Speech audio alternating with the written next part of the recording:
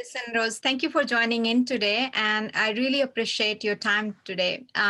People who don't know Allison Rose, Allison is a published author as well as a business owner. She wrote I Don't Hate Me Anymore, a hybrid of self-help and autobiography aimed at equipping women with the tool and help of reject abuse by boosting their self-esteem and self-love. She is a poet and a blogger who enjoys gardening and caring for cats. In a nutshell, she adores nature. And she has been a journey which brings a lot of story and self-help for the people through her books. So welcome to my show, Allison Rose, Creative Mind. Thank Thank you you. for joining in.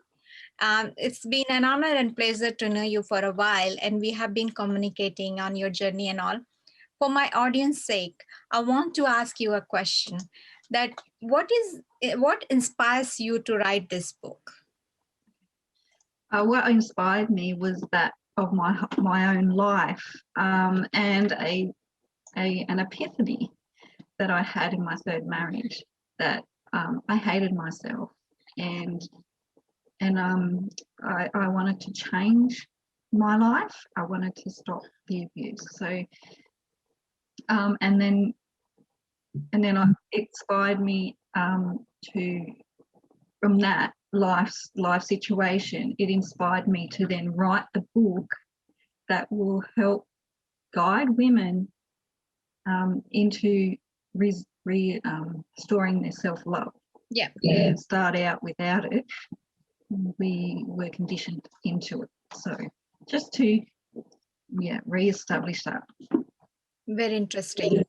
I know you are a poet lover. You love poetry a lot. So I know you have been discussing different poetry, but I also know there is a poetry which actually helped you, inspired you, and it's in the book as well. I would like you to read through for my Yes. and Okay. tell me some essence of it. Okay, so the poem is called Meant to Be, and it is depicting the growth of a woman. So you start off as a bud, and then you grow into something beautiful, and that's celebrating your ability to change. You're changing into something new, something beautiful. Right. So it's called Meant to Be, written in 2014. In the beginning, up sprouts a bud, offering beauty without a word, anticipation of what lies within. With a bated breath, waiting with hope, the petals unravel in the sun's light, dewdrops embracing the dawning of life. Wow. Yeah. Beautiful sentiment. Very touchy. Thank you so much for talking about that. And I know one of your quotes says, you cannot get through a single day without having an impact on the world around you. What do make a difference? And you have to decide what kind of a difference you want to make. Jane Goodwin. Very interesting quote. It is. Bring that into your book. Okay, so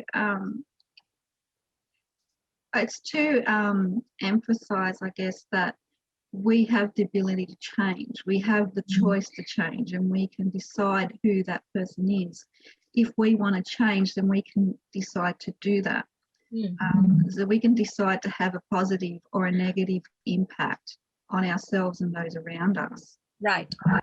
Yeah. So when you make a decision, good or bad, it impacts the ones around you.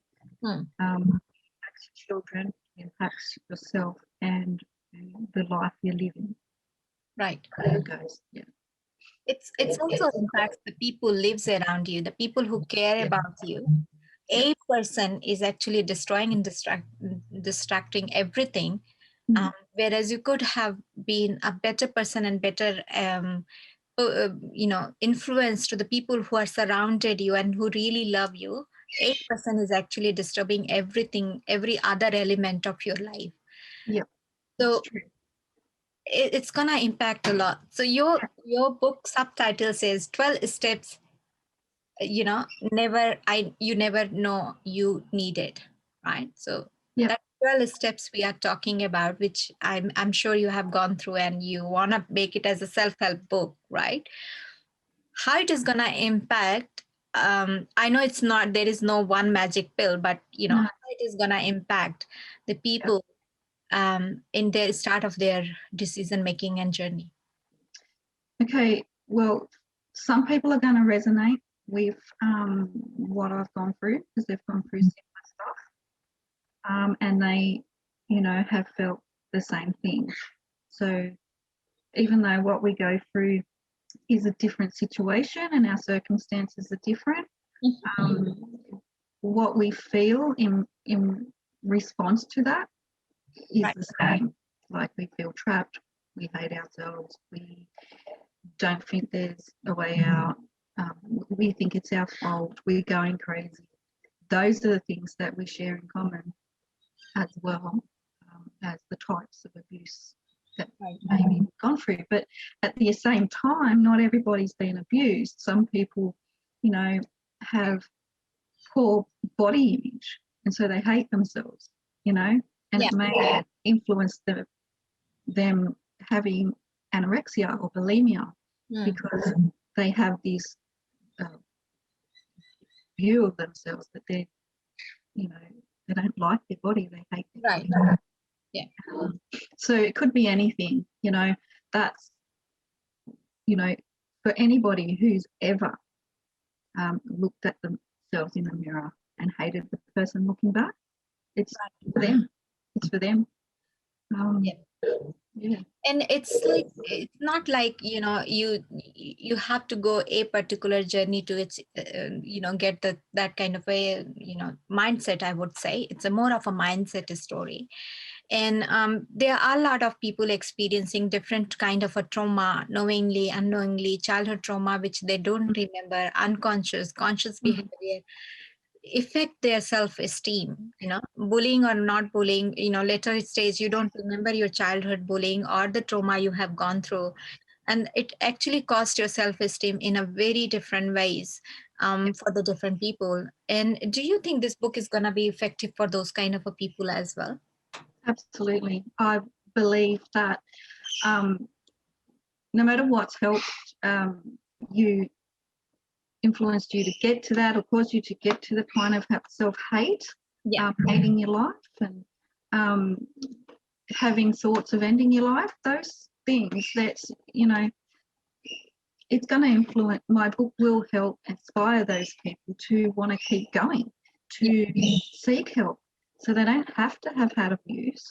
They don't have to have grown up in a bad home. They could have, lived in a really great home, and then, like me, I grew up in a really great household. My parents cared about me and, had curfews and jobs and discipline, but I still ended up in domestic violence situations, in relationships, and with friendships and everything else. So you don't have to come from that background, because it just, self-hate comes from anywhere.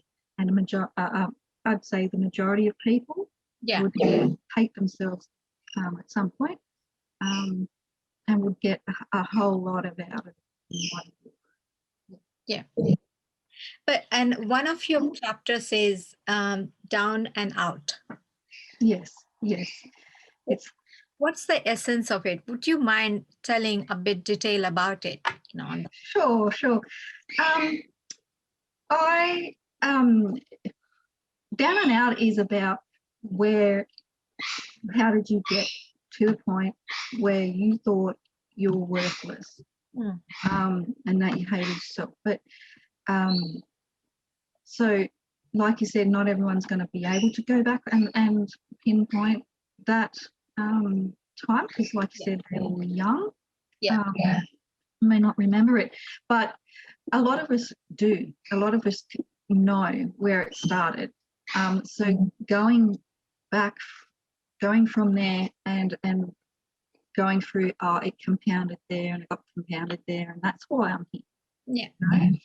That's the point of that. It's not to dwell on your life. Just go over it that once, and then let's figure out why you are where you are.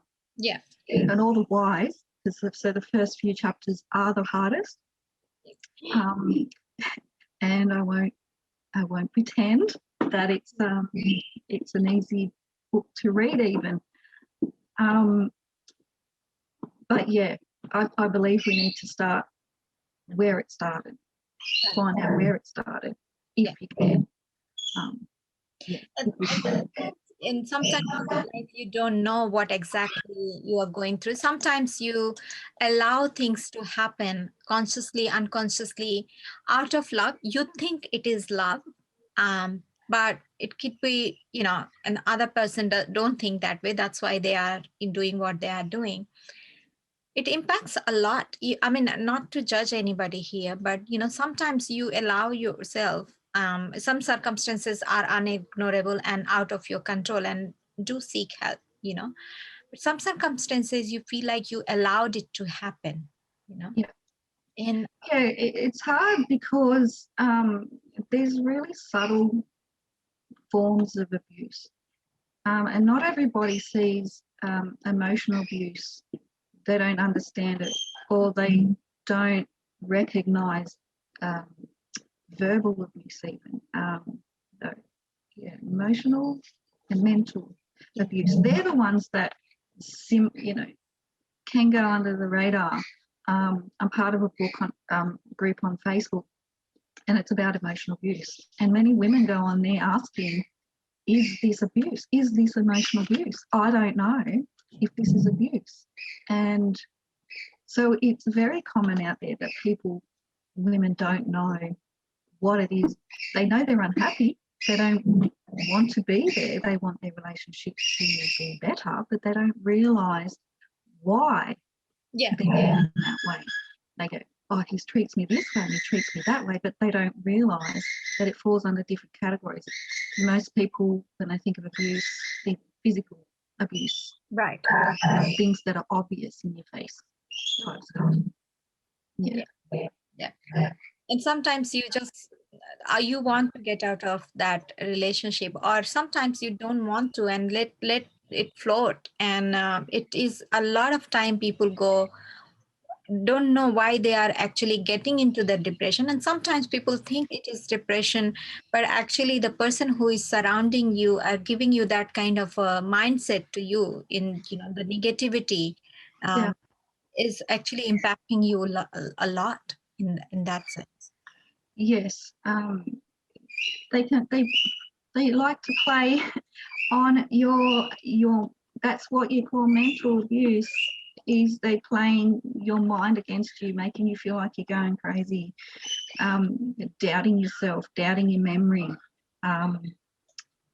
So you feel like you can't trust your own mind. You feel like, for me, it was like one of my exes would say something, and then I would respond, and he would say, well, no, I didn't say that. Right. And one time I had a friend with me, and they said, yes, you did. And so that reaffirmed to me that I did hear what I heard, but I doubted myself. I thought, what's going on from his lips to my ears and into my head? What is going on that it's getting twisted? So I believed I was going crazy. But when my friend was there and I realised, hey, I'm not going crazy, it did change things in the way that I dealt with him, and stood up to him a bit more. Yeah. Yes. One of your quotes says, "And the only person you are destined to become is the person you decide to be." Ralph Waldo Emerson. Beautiful quote. It is. Because we have the choice to become who we want to be. So if we don't like the way our life is, we have the choice to change that. It may not be easy. There may be some things that you you have to readjust or but you have that choice still to either go for it and find a way, or sit back and say, well, I can't do it because of this, this, this, and this. But we have a choice. Yeah. Sometimes our choices are, from one to worse, worse to worse. One's bad, one's worse. But it's still a choice. Yeah. And we feel like we're in a position where we have no choice, but we do have a choice. And when we have that choice to change our mindset, we change who we are. We grow. We can, make a decision to exercise if you're overweight, change your diet, right? Yeah. It's a choice. So we have the choice to become who we want to be. We just have to be willing to take that step and believe it. Because the belief in that is big time important. Right. Yeah. And sometimes you think these choices are going to impact you differently, and you are scared to do that. And if you scared to do that, there is possibility you need help, and there are help available. People do love you, people do surround it. There are some people in your life, I'm sure everyone's life, mom, dad, sister, friends, somebody is definitely there who can see that. Sometimes Yeah, that's we right. Most of us, think we are ignoring, but sometimes ignorance is not the choice. You should hear. Sometimes you should hear what other loved ones are saying, isn't it? Yes. Most of us have someone who cares about us. And if we feel like there is no one who cares about us, well, there's people, there's helplines, well, not everybody likes to go to a church, but there are churches out there who truly are, accepting and helpful. I know I found a few, so they're out there. And there's also, community centres and things like that you can go to, and they genuinely care about your health and well-being, and they want to help you get better, improve your life. So there's always someone out there who can help you. And I also community has a chance, people like them, voluntarily helping a lot of people. And I know Allison Rose Clark is also made her mission to help people, and that's where this book came out. One of your chapters says that impossible equals I am possible. Yeah. So what was going on when you were thinking and writing that chapter? Okay. So using my own life, when I was at school, I, believed that it was possible to get away from the bullies. And, when school was finished, I'd get away from the bullies, and my life would improve and be happy and all that stuff. But then when I left school, things didn't quite go that way. The more abuse that I went through, the more I started believing that nothing was possible, that I was always going to be in abusive relationships. This was not accepted. But so coming through to my third marriage and realising, no, this self-hate has influenced everything. It's influenced me in accepting marriages. That, my third marriage, knowing that wasn't even a good relationship, and I had, fooled myself into believing that it was, like it was going to be something great and a breaking of some cycle that I've been in. But it wasn't true. So in the end, when that realisation came over me, I realised that it is possible to change. It is possible to get help in these areas, that I was able to have that ability to believe in myself and say, I'm possible, I'm possible. I have the ability to change. I have the control. I can take the control back. So everything's possible now.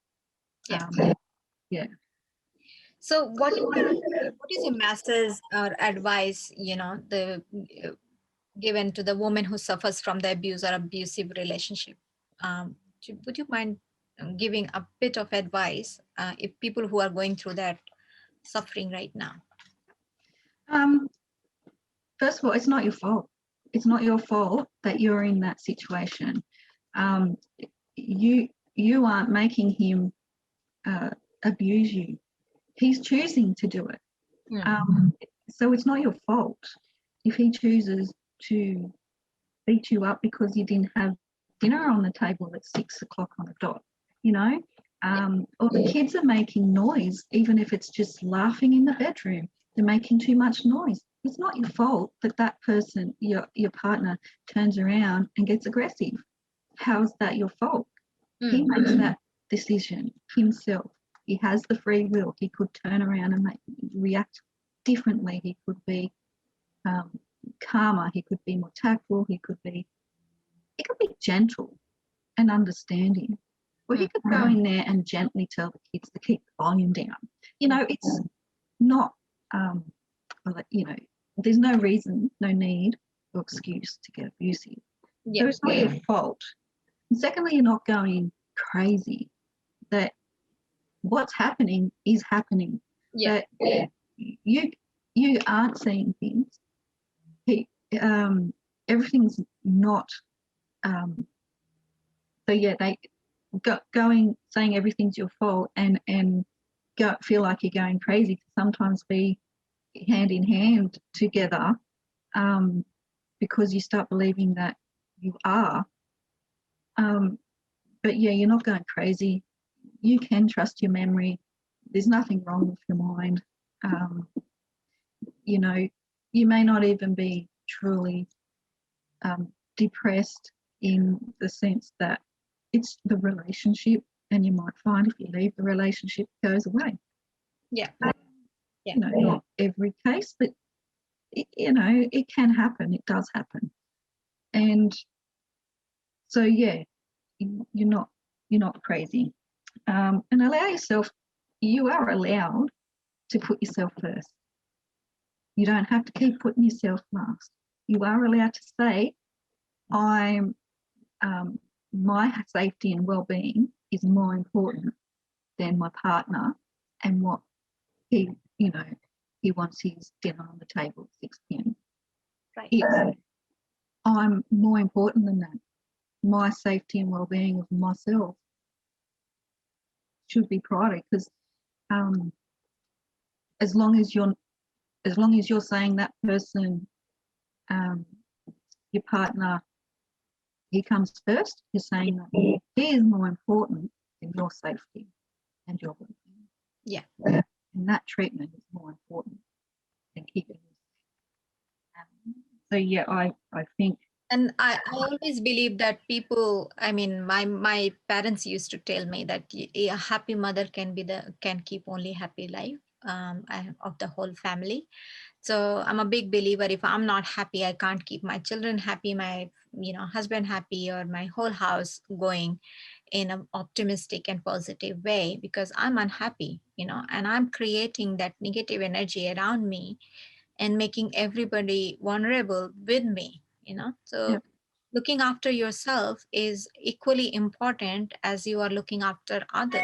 Yes, that's right. If not any better. So yes, your priority. And even some of the religious beliefs, they say that look, God will only help you if you will help yourself. So there are so many saying in even the olden practices. People should not forget those things. Those have the wise words and wisdoms are there. All the helpline details will be given below the description. So the people, if you don't aware in the Australia or other part of the world, the people who are new coming to the Australia, sometimes they are not aware. Please seek the help. And there are some signals and symbols you can actually, and we will be attaching that at the end of the video, so that people can get signal that in a odd situations, and people can understand if you need any help. Having said that, before we go, I would like you to read some. I know, I mean, I was amazed and emotionally vulnerable when I was going through that book. It is amazing, amazing story you have brought, but I would love you to read some part of the story. Would you mind? Yeah, I'm reading from chapter 1, page 17, and it's down and out, and what has made you feel like you're worthless? What makes you think you're worthless? So, depression has plagued me for the past 14 years, and I could tell you 1,000 stories to go with them. Medication has never really worked. Anger manifested trifold for what any one situation called for. I was moody, I never had a happy medium, and was nearly always on edge, expecting something to always go wrong. Suicidal thoughts remained a close-knit friend who would drop in periodically, especially during extremely stressful situations, or if my emotions were overwhelming. It seemed to always be the instant solution for everything.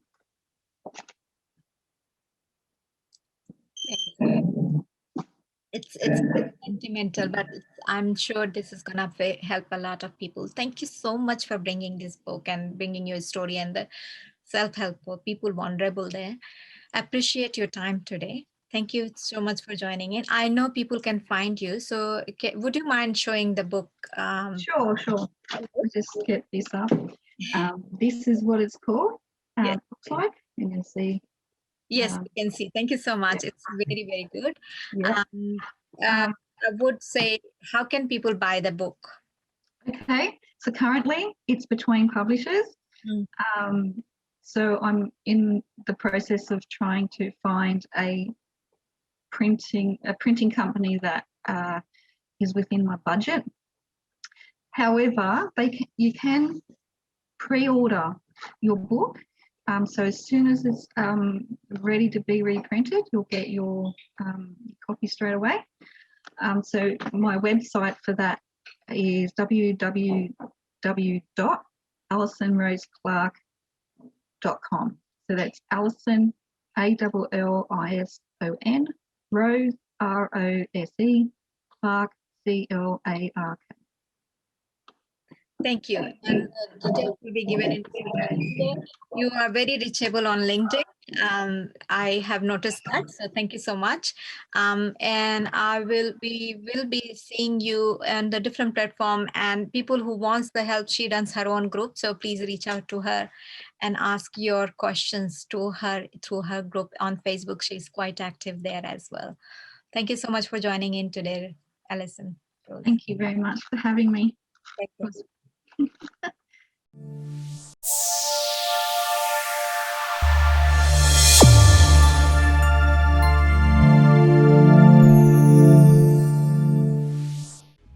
Thank you so much for watching this video. If you liked it, like, comment, and subscribe if you haven't already done it. To know more about us, visit www.corporality.global.